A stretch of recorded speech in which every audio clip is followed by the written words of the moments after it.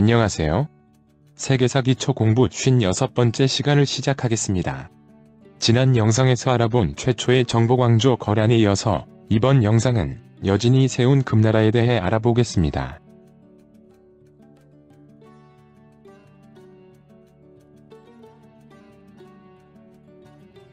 4세기 초부터 6세기 후반까지 이른바 5월 16국 시대와 남북조 시대에는 중국 북쪽 화북지방에는 북방민족이, 남쪽 강남지방에는 한족이 자리잡아 서로 대치하던 시대가 있었는데 12세기 초부터 13세기 전반까지의 약 100년 동안에도 화북의 북방민족이, 강남의 한족이 대립해간 시대가 생겨나게 됩니다. 바로 이 시기에 화북을 장악한 북방민족의 국가가 바로 금나라인데요. 금나라는 이전 이 지역의 주인인 거란의 요를 멸망시키고 연이어 한족에 의한 통일국가인 북송마저 멸망시키면서 중원의 새 주인이 되어 한족에 의해 강남에 세워진 남송과 대립해가는데 금을 세운 민족은 바로 여진입니다.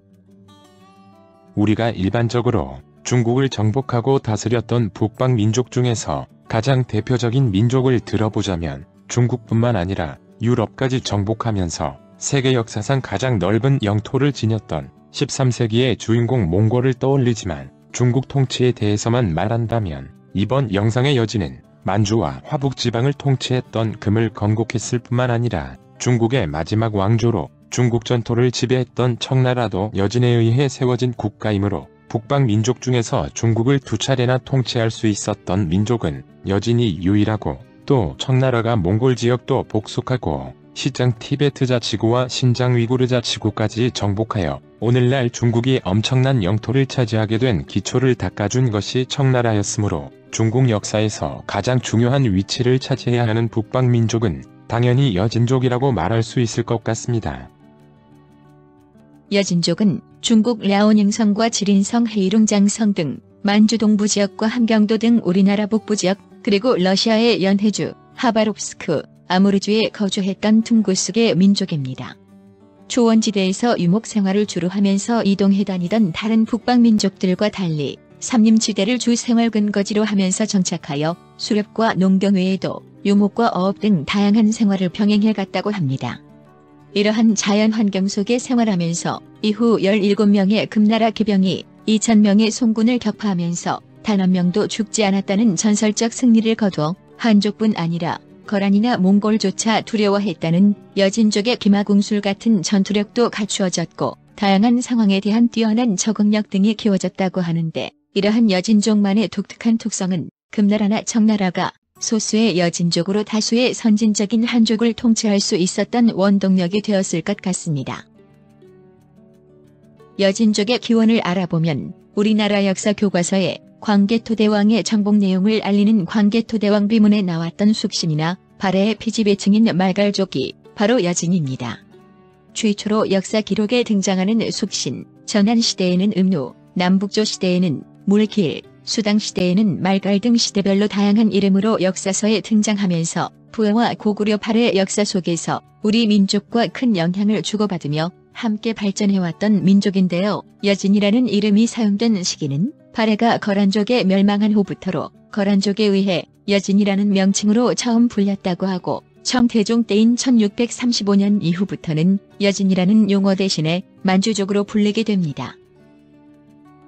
발해가 멸망하고 거란이 만주 일대를 장악하게 되자 거란의 복속 여부에 따라 여진은 거란에 복속한 수겨진과 송화강 동쪽에 위치하여 거란 영향권 아래에서 독자적으로 생활하던 생여진으로 나뉘게 되는데, 금을 건국한 완안부족은 하얼빈지대 생여진 세력의 주축으로 12세기를 전후하여 거란 세력이 약화되는 틈을 타서 오랜 기간 요의 지배를 받고 있던 여러 세력들을 규합하고 발해 유민들까지 포섭하면서 만주 지역의 새로운 주인으로 떠오르게 됩니다. 참고로 침투왕조나 거란, 여진으로 이어지는 북방 유목 민족의 역사는 역사학계 내에서도 학자들에 따라 큰 편차가 있으며 북방 민족의 자체적 역사 기록이 부족하다 보니 공식적인 역사 연구들은 중국 역사서에 많이 의존할 수밖에 없어서 중화 사상에 입각해서 한족 중심적으로 씌어져 있는 수많은 중국 역사서에 대한 비판적 연구가 꼭 필요하고, 특히 최근 중국 정부의 악의적이고 공격적인 동북공정에 대한 대비가 더욱 필요함을 느끼게 해주는 부분이 바로 북방 민족에 관한 역사일 것입니다. 특히 여진족의 기원과 발전에 대한 역사 연구는 참으로 많은 논란이 있지만 수많은 북방 민족 중에서 우리 민족과 가장 밀접한 관련을 가진 민족인 것은 확실한 것 같습니다. 여진족과 우리 한민족이 동일한 민족은 분명 아니지만 우리 한민족이 여진족뿐 아니라 다른 북방 민족과도 혈연적 교류나 또 역사적으로도 상당 부분 연결되면서 중국 한족 지배에 대항해온 것 또한 확실합니다.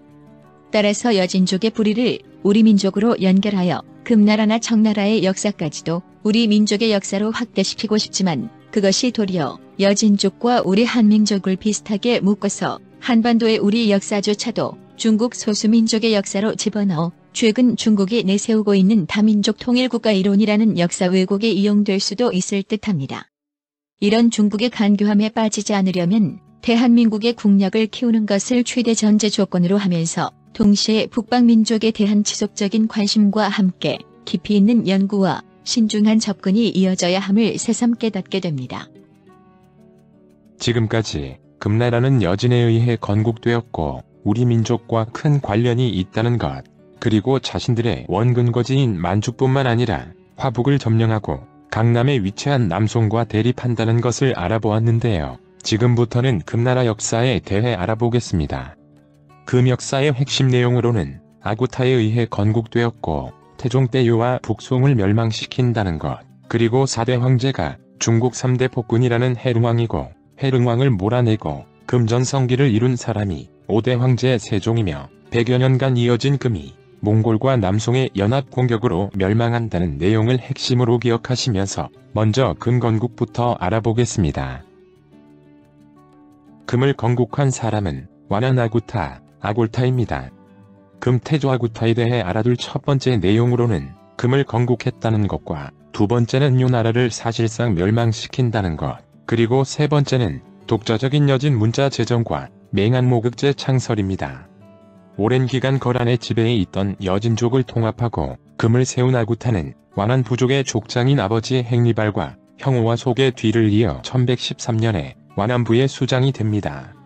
아구타가 거란의 반란을 일으키게 된 일화로는 요 마지막 황제가 되는 천조제가 여진의 족장들을 연회에 초대해서 놀다가 자신 앞에서 춤을 춰보라는 무례한 명을 족장들에게 내렸고 아구타가 황제의 명을 받들지 않자 화가 난 천조제가 아구타를 죽이려 했는데 측근의 만류로 중지하게 됩니다.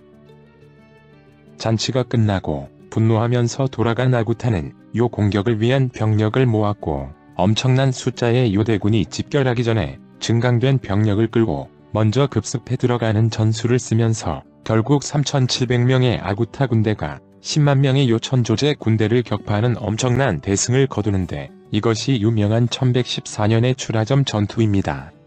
이후에도 연이은 승리로 아구타의 명성이 높아지자 수많은 여진 부족들이 아구타에 복속해오면서 1115년에 아구타는 상경회령부를 수도로 금나라를 세워 황제를 칭하게 됩니다. 두 번째로 아구타는 거란이 세운 요 나라를 사실상 멸망시키게 됩니다.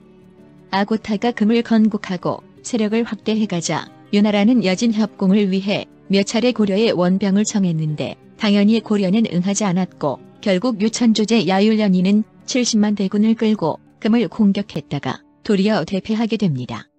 이처럼 요와 금 사이의 주도권 다툼에서 금이 승리하는 상황이 벌어지자 이전 정강의 변영상과 거란 영상에서 알아본 것처럼 당시 북송의 휴종 조정은 금을 이용해서 거란에 뺏긴 연운 16주를 탈환하려는 이의제의 술책을 시도했고 결국 송과 금은 거란 공격을 위해 송이 거란에게 주던 세패를 여진에게 넘기는 것 등을 내용으로 하는 해상의 맹약을 체결하게 됩니다. 맹약에 따라 금이 요를 공격해 들어가서 요의 수도 상경을 함락시켰지만 송은 박납의 난을 진압하느라 출병 약속을 지키지 못했고 거란과의 전투에 자신이 없었던 북송은 출병을 계속 미루다가 뒤늦게 출병했지만 거란에게 연패하면서 결국 동관의 요청을 받은 금이 장성을 넘어 연경까지 순식간에 함락시키게 됩니다. 이후 금은 송과의 약속에 따라 연운 16주 중에서 남쪽 6개주를 송에게 돌려주었지만 연경 주민들을 금나라로 이주시킨 데다가 약탈까지 자행하였고 출병 대가로 군량미 20만 석, 은 20만 냥, 비단 30만 빌 등도 약속받게 됩니다. 이후에도 요의 중경을 함락시키는 등 거란을 사실상 괴멸시키고 돌아오던 금태조 아고타는 1123년에 병사하면서 정복군주의 삶을 끝내게 됩니다. 다음으로 아고타에 대해 알아둘 세 번째 내용은 여진 문자 제정과 맹한모극제 실시입니다. 침투 왕조와 달리 정복 왕조들은 자신들의 정체성을 유지하기 위한 제도적 장치로 독자적 문자 제정과 이중 지배 체제가 있었고, 최초의 정복 왕조인 거란도 거란 문자를 제정하고 남면관 북면관제를 실시했는데요. 이번 영상의 금나라 역시 여진 문자를 제정하고 이중 지배 체제로 맹한모극제를 실시하게 됩니다. 원래 여진은 자체 문자가 없어서 한자와 거란 문자를 사용해왔는데, 태조 아고타의 명을 받은 완안희운 등이 한자의 제자 원리를 따르고 거란 문자를 모방하여 여진 문자를 만들었고 1119년에 반포하게 됩니다. 태조 때 만들어진 이 문자를 여진대자라고 하고, 이후 금 3대 황제인 희종 때 여진소자가 만들어지는데, 선징적인 한족 문화로부터 여진의 독자성을 지키려는 의도로 만들어진 여진 문자는 여러 황제들의 노력으로 학교가 세워지면서 계속적으로 보급되고 여진어 책도 만들어졌으나 배우기가 어려워서 금 멸망 이후에는 몽골 문자가 민간에서도 널리 사용되면서 여진 문자는 거의 사용되지 않다가 이후 같은 여진족에 의해 세워진 청나라 때 만주어로 대체되게 됩니다.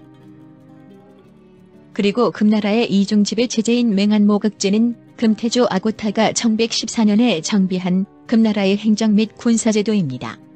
거란처럼 여진 역시 이중지배 체제를 채택했는데, 거란의 남면관 북면관제가 한족과 유목민 모두에게 적용되는 제도인 것에 비해서 맹한모극제는 여진과 거란 등 유목민에게만 해당하는 제도로, 즉 한족이나 발해인 등의 농경민들에게는 중국의 지방행정체제인 주현제를 실시한 반면에 여진과 거란인들에게는 종전의 부족제를 개편해서 만들어진 맹한모극제를 실시하게 됩니다.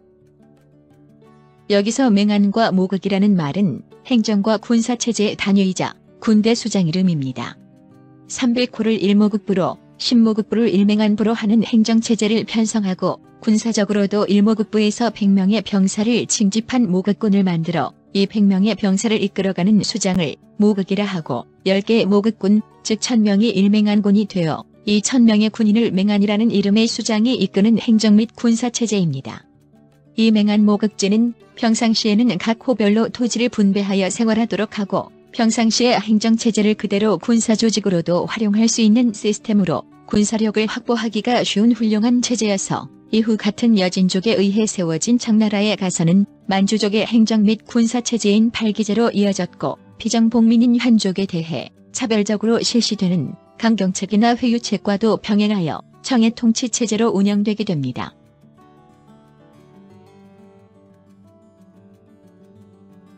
아구타의 뒤를 이어 아구타의 동생 오걸매가 금이대 황제 태종이 되는데, 금태종은 이미 아구타가 사실상 괴멸시킨 거란 마지막 황제인 천조제의 항복을 받아서 1125년에 공식적으로 요를 멸망시키고, 연이어서 1127년에는 북송도 멸망시키는 사람이 바로 금태종입니다. 즉, 아구타의 공격을 받고 서쪽으로 도망가서 재기를 노리던 거란 천조제가 금태종의 공격으로 응주에서 항복하면서 결국 요 나라는 1125년에 천조제를 마지막으로 200여 년간의 역사를 끝내게 되었고, 거란을 멸망시킨 태종 오골매는 연이어 동맹국이었던 북송도 멸망시켜 화북을 장악하게 되는데, 금이 북송 공격을 하게 된 계기는 송의 외교적 술수와 관련이 있었습니다.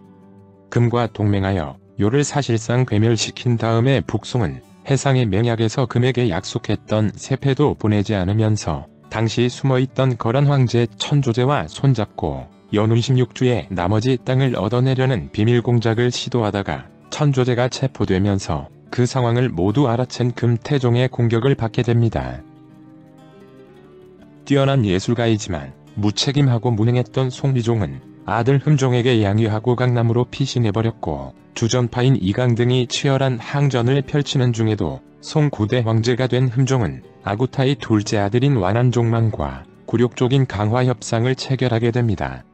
하지만 강화가 성립된 상황에서도 금에 대한 약속 이행은 늦춰지고, 송근왕병도 속속 모여들면서 여전한 대치가 이어지자 금태종은 송의 약속을 믿을 수 없다고 판단하여 서로군의 공격을 명령했고 결국 북송 수도 카이펑을 함락시키게 됩니다.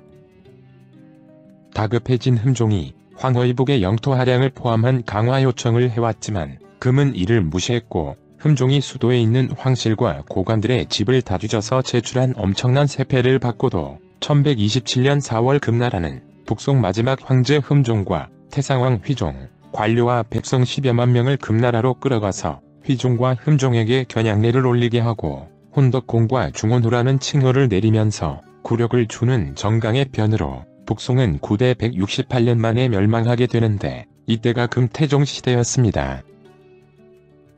이처럼 북송이 망하고 강남에는 북송 흠종의 동생인 강왕조구가 이만 항저우를 수도로 1127년에 남송을 건국하여 남송 초대 황제인 고종이 되면서 화북지방의 금과 강남의 남송이 대립하는 구도가 형성되게 됩니다.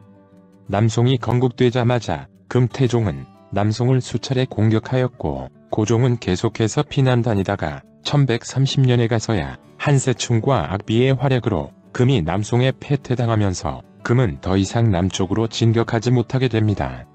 이처럼 거란과 북송을 멸망시키는 등 형아구타의 뒤를 이은 걸출한 영웅으로 내정과 경제적으로도 큰 업적을 남긴 금태종은 1135년에 아구타의 종손인 희종에게 후계를 물려주고 세상을 떠나게 됩니다.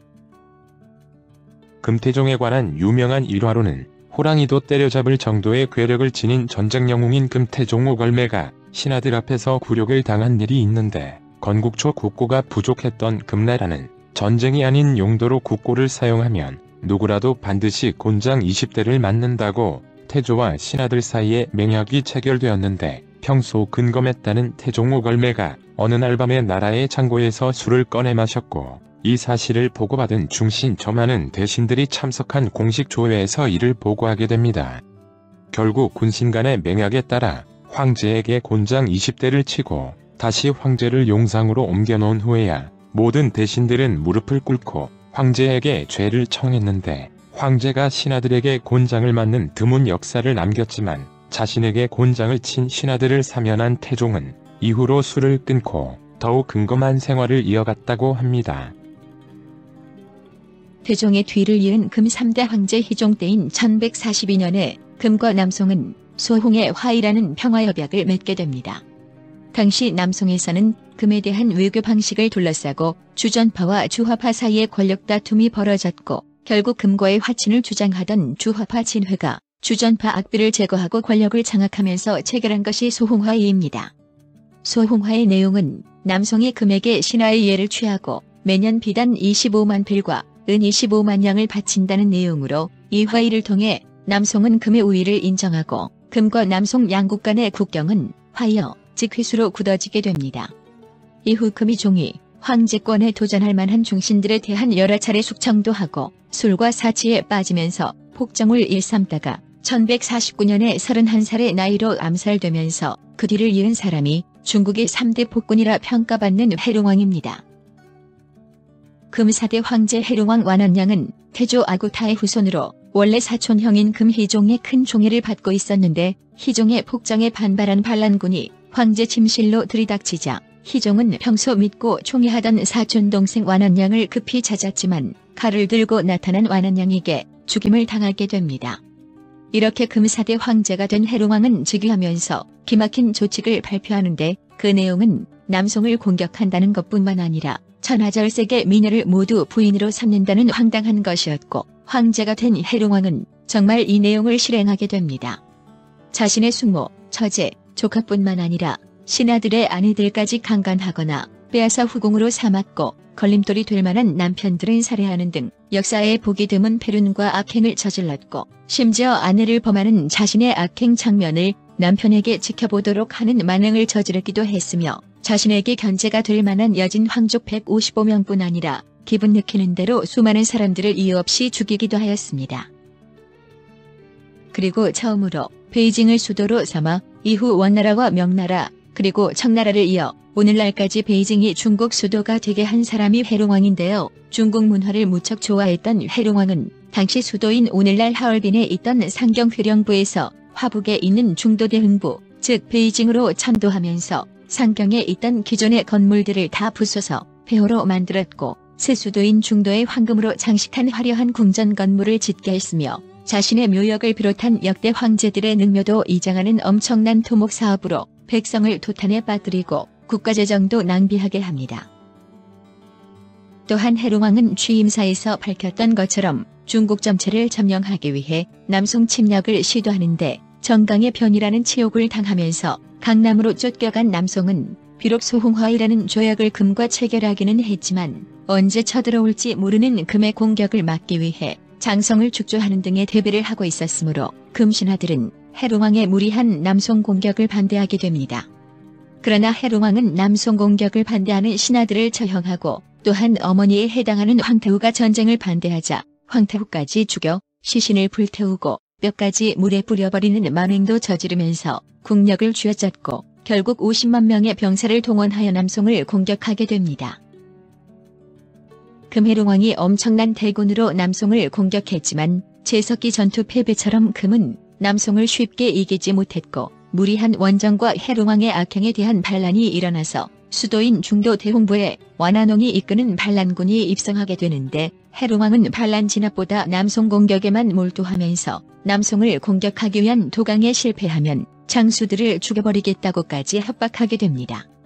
결국 송나라 발명인 화양무기까지 동원한 남송군의 반격으로 도저히 진격할 수 없어 진퇴양난에 놓인 장수들이 해룡왕을 살해하면서 해룡왕을 살해한 장수들의 추대를 받아 1161년에 황제 위에 오른 사람이 명군으로 이름난 금호대 황제 세종완한홍입니다. 그런데 세종완한홍이 사촌형 해룡왕에게 앙심을 품고 반란을 주도하게 된 계기로는 그의 아내 소덕황후가 있습니다. 해룡왕은 아구타의 후손인 사촌 동생 완한홍이 만만찮은 인물임을 일찍이 알아채고 완한홍을 지방으로 보내버리면서 세종의 아내로 소문난 미모의 오림답씨를 수도에 두고 가도록 명령하게 됩니다. 수많은 사람들을 함부로 죽이고 있던 해룡왕이 자신을 탐내는 것을 알고 있던 오림답씨는 완한홍을 살리기 위해서는 자신이 갈 수밖에 없음을 알고 있었고 완한홍과 이별하고 해룡왕의 부름에 응하는 것처럼 가다가 투신하여 자결했고 자신을 위해 자결한 사랑하는 아내의 죽음을 듣고 몹시 비통해하던 세종은 해룡왕을 몰아내는 반란에 참여했고 이후 황제가 된 세종은 오림답씨를 황후로 추존하면서 다른 여인을 따로 황후로 책봉하지 않았다고 합니다. 1161년에 황제가 된 세종은 28년간 황제 위에 있었는데 이 세종 집권기가 바로 금의 전성기입니다. 그런데 이 무렵 남송에서도 황제가 교체되는데 남송을 건국한 고종이 1162년에 황제 위를 양자 조신에게 물려주면서 새로 남송 2대 황제로 즉위하는 사람이 남송 전성기인 건순직실을 열었다는 효종입니다. 즉, 두 국가 모두에서 명군으로 이름을 떨친 황제가 동시에 있었는데 1163년에 있었던 남송 효종의 융흥 북벌을 금세종이 막아내면서 1164년에 송과 금 두 나라는 융흥화의를 체결하고 회수를 경계로 하여 서로 견제하면서 약 40년간의 화친을 이어가게 됩니다. 융흥화의라는 평화협정으로 남송과의 전쟁을 끝낸 세종은 공정하게 인재를 등용하고 무리한 토목 공사를 금지하면서 백성들의 세금도 감면해 주었고 황제 자신부터 근검한 생활을 몸소 실천하는 등 내치도 잘 다지면서 세종 당시의 금나라는 국방력도 강화되고 쌀 생산량이 늘면서 인구도 엄청나게 늘어나는 등 경제와 문화도 크게 발달하여 소요순 시대라고 부를 정도의 금전성 시대가 열리게 됩니다. 또한 세종은 한족의 복장 착용을 금지시키고 여진 문자로 많은 책들을 편찬하게 하는 등 여진의 독자성을 지키려는 노력까지도 이어가지만 이미 선진적인 한족 문화가 유행하는 것을 막을 수는 없었습니다. 이후 국가재정 부족을 메꾸기 위해 한족에 대한 가혹한 징세로 한족의 불만은 커지고 한족에 비해 여진의 인구가 크게 적은 문제를 보완하기 위해서 여진과 한족과의 혼인을 금지하고 여진인과 거란과의 혼인을 장려하면서도 정작 거란인 관료 숫자는 줄여버리는 이중적인 정책으로 거란인들의 불만도 커지면서 이후 거란이 몽골과 손잡고 금에 대한 반란을 일으키는 한 원인을 제공하게 됩니다.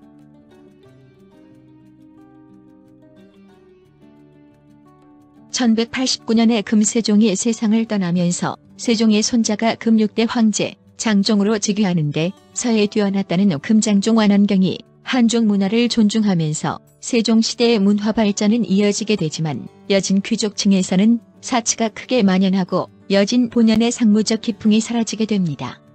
금의 황제가 세종에서 장종으로 바뀐 같은 해에 남송 전성기를 열었던 효종도 아들에게 황제위를 넘겨 후에 정신병 증세로 황제위에서 쫓겨나는 광종으로 이어지면서 이후부터 남송과 금은 전쟁과 화평을 반복하다가 새로운 주인공 몽골에 의해 두 나라 모두 멸망으로 이어지게 됩니다. 금장종 시대에 먼저 남송이 금을 공격해오는데 남송의 지상 한탁주는 이전 금세종과 남송 효종 간에 체결된 융흥화의를 40년 만에 깨면서 금을 공격하는 개해복벌을 시도하게 됩니다.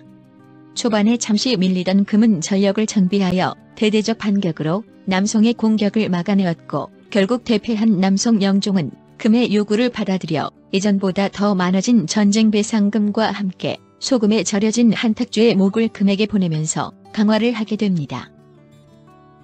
금장종이 죽고 장종의 여섯 아들이 모두 요절하면서 숙부인 완한윤제가 1208년에 황제가 되는데 이 사람이 금 7대 황제 위소왕입니다.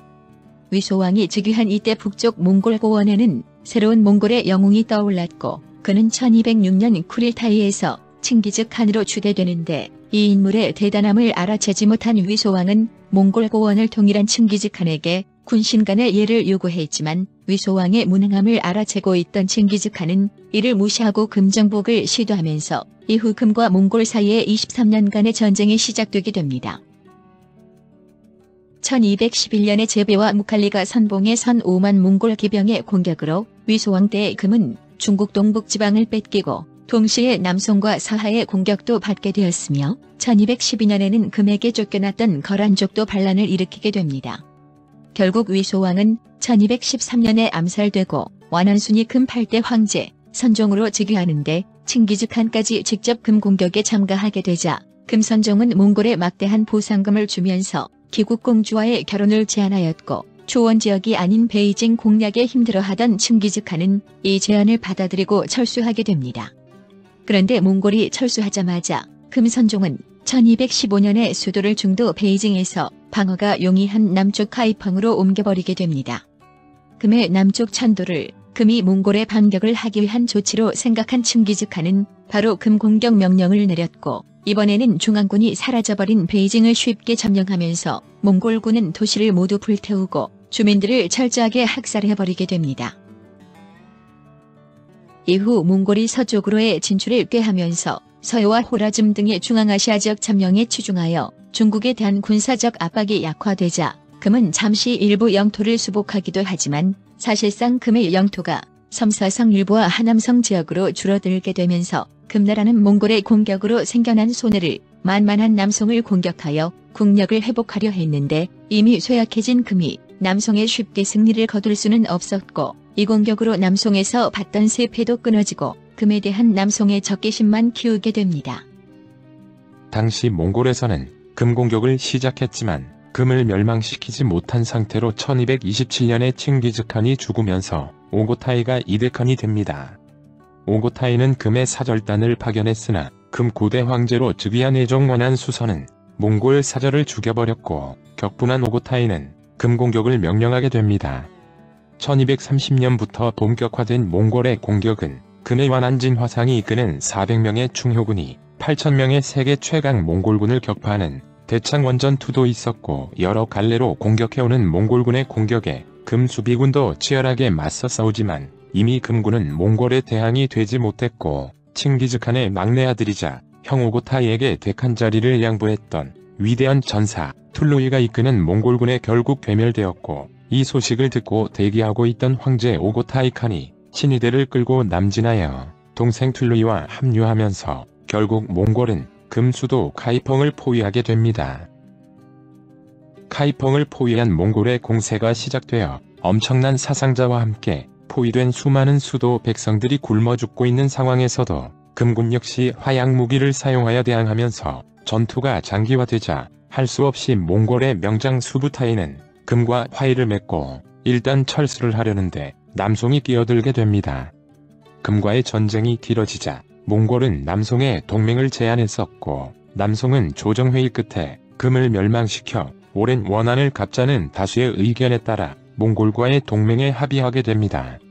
몽골과의 동맹 수락 이후에야 남송을 찾아온 금나라 사신은 몽골이 금을 멸하면 다음 공격 목표는 남송이 될 것을 강조하면서 금과의 화친을 거듭 요청했지만 남송은 이를 거절하고 몽골과의 약속에 따라 1233년 10월에 명장 맹공이 지휘하는 3만 명의 군대를 파견하고 식량까지 지원하면서 몽골의 금 공격을 지원하게 합니다.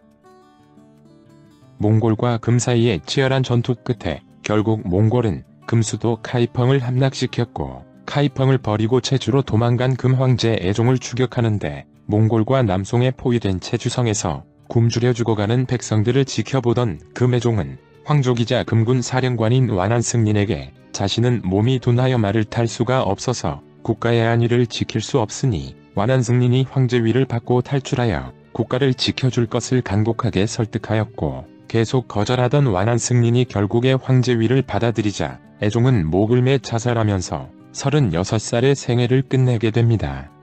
정말 어쩔 수 없이 제위에 오른 새 황제 완한승린은 몽골의 공격을 받는 중에도 애종의 시신을 화장하고 신하들과 예를 표한 후 체주성이 함락되자 탈출을 시도하다가 몽골에 체포되어 살해당하면서 제위 기간이 채 하루도 되지 못한 반나절에 불과했던 금 10대 황제로서의 삶을 끝내게 되었고 두 황제가 연이어 죽는 비극 속에 금병사들의 자결과 투신이 이어지면서 1234년 2월 금나라는 1115년에 아구타가 건국한 지 119년 만에 멸망하면서 역사 속으로 사라지게 됩니다. 시청해주셔서 대단히 감사합니다.